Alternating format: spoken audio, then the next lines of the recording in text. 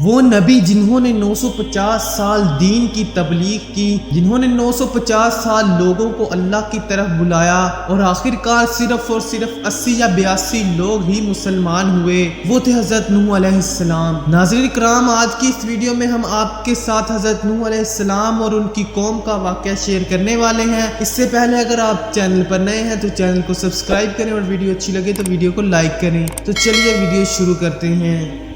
ناظرین کرام، اس دنیا میں اللہ تعالیٰ نے 1,24,000 انبیاء کو انسانوں کی رہنمائی کے لیے بھیجا۔ وہ تمام نبی اللہ کا پیغام لوگوں کو سناتے اور جو لوگ اللہ کے نبی کی بات کو مانتے وہ کامیاب ہو جاتے، اور جو نبیوں کا مذاق اڑاتے اور ان کو برا بھلا کہتے وہ ہمیشہ کے لیے ناکام ہو جاتے۔ حضرت نوح علیہ السلام اس کائنات میں آنے والے، اس دنیا میں آنے والے پہلے چند انبیاء میں سے ایک ہیں۔ بہت سی روایات میں لکھا ہے کہ حضرت آدم علیہ السلام اور حضرت نوح علیہ السلام کے درمیان 10 قرن کا فاصلہ یعنی 1000 سال کا فاصلہ ہے۔ ابن جریر وغیرہ کے قول کے مطابق نوح علیہ السلام کی پیدائش آدم علیہ السلام کی وفات کے 126 برس بعد ہوئی۔ اہل کتاب کی تاریخ کے مطابق نوح علیہ السلام کی پیدائش اور آدم علیہ السلام کی وفات کے درمیان صرف 146 برس کا فاصلہ ہے۔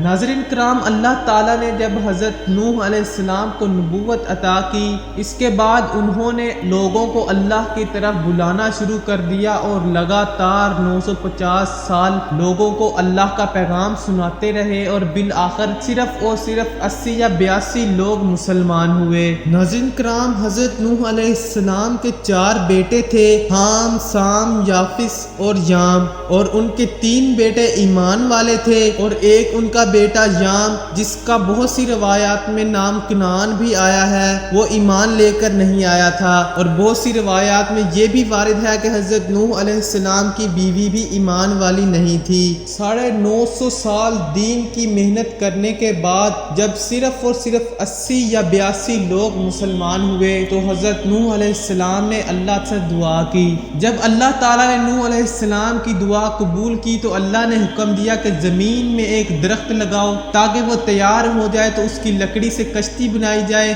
نوح علیہ السلام نے اللہ کے حکم پر عمل کرتے ہوئے درخت لگایا اور اس کے تیار ہونے میں 100 سال اور بعض کی رائے کے مطابق 40 برس لگ گئے۔ محمد بن اسحاق ثوری سے بیان کرتے ہیں کہ وہ ساگوان کی لکڑی تھی اور بعض کہتے ہیں کہ وہ صنوبر کے درخت کی تھی، اور تورات میں دوسرے قول کے مطابق صراحت ہے۔ امام ثوری فرماتے ہیں کہ اللہ تعالیٰ نے حضرت نوح علیہ السلام کو حکم دیا کہ اسی کی لمبائی 80 ہاتھ بنائی جائے اور اس کے اندرونی اور بیرونی حصوں پر تار کول لگائی جائے اور اس کے سامنے والا حصہ اوپر کو اٹھا ہوا ہو تاکہ وہ پانی کو چیر سکے۔ حضرت قتادہ رضی اللہ تعالیٰ عنہ فرماتے ہیں کہ اس کی لمبائی 300 ہاتھ اور چوڑائی 50 ہاتھ تھی، اور تورات میں بھی یہی ہے۔ حضرت حسن بصری فرماتے ہیں کہ اس کی لمبائی 600 ہاتھ تھی اور چوڑائی 300 ہاتھ تھی، اور حضرت ابن عباس فرماتے ہیں کہ اس کی لمبائی 1200 ہاتھ اور چوڑائی 600 ہاتھ تھی،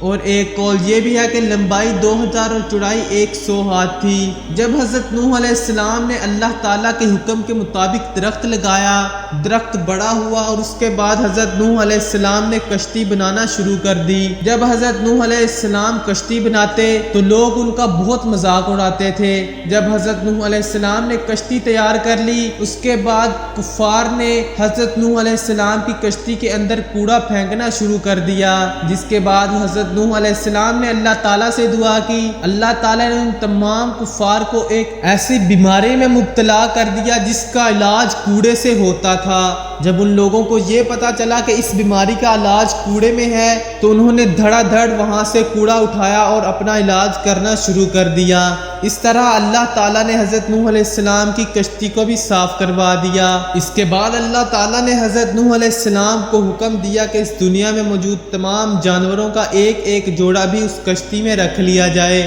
جس کے بعد حضرت نوح علیہ السلام نے ویسے ہی اللہ کے حکم کو پورا کیا اور کشتی کے اندر جانوروں کو بھی رکھ دیا۔ بہت بہت سی روایات میں یہ لکھا گیا ہے کہ اس کشتی کے 3 پورشن بنے ہوئے تھے، جن میں سے ایک جانوروں کے لیے تھا اور ایک اہل ایمان کے لیے تھا اور ایک باقی سب چیزوں کے لیے تھا۔ بعض لوگوں نے ذکر کیا ہے اور حضرت ابن عباس رضی اللہ تعالیٰ عنہ نے بھی فرمایا ہے کہ سب سے پہلے پرندوں میں سے کشتی میں طوطا سوار ہوا اور جانوروں میں سے آخری جانور گدھا داخل ہوا، اور ابلیس بھی گدھے کی دم پکڑ کر کشتی میں سوار ہو گیا۔ تفسیر ابن ابی حاتم میں ہے کہ حضرت زید رضی اللہ تعالیٰ عنہ بن اسلم اپنے والد سے روایت کرتے ہیں، جب نوح علیہ السلام نے کشتی میں ہر قسم کے جانوروں کا ایک ایک جوڑا سوار کر لیا تو آپ کے ساتھیوں نے کہا ہم کیسے مطمئن ہو سکتے ہیں، یا یوں کہا کہ ہمارے جانور کیسے پرسکون ہو سکتے ہیں، جبکہ ہمارے ساتھ شیر بھی ہے۔ تو اللہ تعالیٰ نے اس پر بخار مسلط کر دیا اور اثنین پر سب سے پہلے بخار اس وقت نازل ہوا۔ پھر انہوں نے چوہے کی شکایت کی، یہ ہمارے کھانے پینے کے سامان کو خراب کر دے گا، تو اللہ تعالیٰ نے شیر کی طرف الہام کیا، اس نے چھینک لی تو اس سے بلی نکلی اور چوہا اس کو دیکھ کر کہیں چھپ گیا۔ یہ روایت قابل حجت نہیں ہے کیونکہ مرسل اور منکر ہے۔ اس کے بعد لوگ بھی کشتی میں سوار ہو گئے۔ کشتی میں سوار لوگوں کی تعداد کے بارے میں حضرت ابن عباس رضی اللہ تعالیٰ عنہ کا قول ہے عورتوں سمیت 80 افراد تھے۔ حضرت کعب فرماتے ہیں 72 افراد تھے، اور یہ بھی کہا گیا ہے کہ 10 افراد تھے، اور ایک قول یہ ہے کہ نوح علیہ السلام کے 3 بیٹے اور یام بیٹے کی بیوی سمیت 4 بہویں بھی سوار ہوئیں، صرف یام الگ ہوا اور نجات نہ پا سکا۔ اور یہ بات قرآن مجید کی آیت کے ظاہر کے صریح خلاف ہے، کیونکہ آیت میں صاف تصریح ہے کہ آپ پر ایمان لانے والے دیگر لوگ بھی بچ گئے تھے، جیسے کہ قرآن مجید میں ارشاد باری تعالیٰ ہے اور مجھے اور میرے ساتھ ایمان لانے والوں کو بچا لے۔ اس سب کے بعد اللہ تعالیٰ نے پانی کو حکم دیا تو زمین کے ہر طرف سے پانی نکلنے لگا، اور بہت سی روایات میں یہ بھی وارد ہے کہ تنور جو آگ کی جگہ ہے جہاں روٹیاں بنائی جاتی ہیں، وہاں سے بھی پانی بہت تیزی سے نکلنا شروع ہو گیا اور پانی ہر طرف جوش مارنے لگا۔ اور یہ سب دیکھ کر حضرت نوح علیہ السلام نے اپنے بیٹے کو پکارا جبکہ وہ الگ تھلگ تھا، اے میرے بیٹے ہمارے ساتھ کشتی میں سوار ہو جا اور کافروں میں سے نہ ہو۔ اس نے جواب میں کہا کہ میں ابھی پہاڑ سے جا لگوں گا، وہ مجھے پانی سے بچا لے گا۔ نوح علیہ السلام نے فرمایا کہ آج خدا کے عذاب سے کوئی بچنے والا نہیں مگر جس پر خدا رحم کرے۔ اتنے میں ان دونوں کے درمیان لہر حائل ہوئی اور وہ ڈوب کر رہ گیا۔ یہ نوح علیہ السلام کا بیٹا یام تھا، یہ سام حام یافت کا بھائی تھا، اور یہ بھی کہا گیا ہے کہ اس کا نام کنعان تھا۔ وہ کافر تھا، اس کے اعمال اچھے نہ تھے،